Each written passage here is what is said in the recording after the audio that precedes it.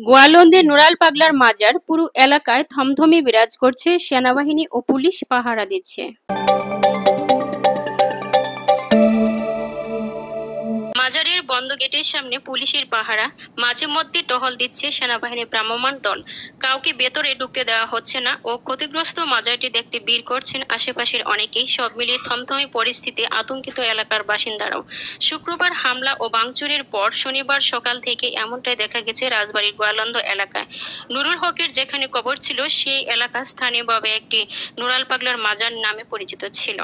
এলাকার বাসিন্দাদের অনেকে বলছেন শুক্রবার হাজার হাজার মানুষ হামলা করেছিল মাজারটিতে। আবারও এমন হামলা হয় কিনা এমন আতঙ্কে দিন কাটছে তাদের। এদিকে এই ঘটনায় সরকারি কাজে বাধা ও গাড়ি ভাঙচুরের অভিযোগে অজ্ঞাতনামা ৩৫০০ আসামি করে শনিবার একটি মামলা করেছে পুলিশ। নুরুল হকের মাজারে গত শুক্রবার হামলা হয়েছে রাজশাহীর পোয়া উপজেলার একটি খানকা শরীফে। সেখানেও দলবদ্ধ মব তৈরি করে পুলিশের সামনে ভাঙচুর চালানো হয়। কেবল মাজারে নয়, ধর্ম অবমাননা কিংবা রাজনৈতিক ট্যাগ দিয়ে ঢাকা, রংপুর, দেশের বিভিন্ন স্থানে সম্প্রতি দলবদ্ধ হামলা ও বিশৃঙ্খলার বেশ কয়েকটি ঘটনা ঘটেছে। এসব ঘটনার পর দেশের আইনশৃঙ্খলা পরিস্থিতি নিয়ে প্রশ্ন উঠেছে সারা দেশে। মবের বিরুদ্ধে সরকারের ভূমিকা নিয়েও সমালোচনা করছে কেউ কেউ। অনেকেই অভিযোগ করেছেন মব সন্ত্রাস এর বিরুদ্ধে কঠোর বার্তা দিলেও বাস্তবে এ নিয়ে কঠোর ভূমিকা রাখতে পারেনি সেনাবাহিনীও। অপরাধের সঙ্গে রাজনৈতিক সংশ্লিষ্টতা পুলিশ এবং সরকার উভয়কেই সংকটে ফেলেছে বলে মনে করছে বিশ্লেষকদের অনেকেই।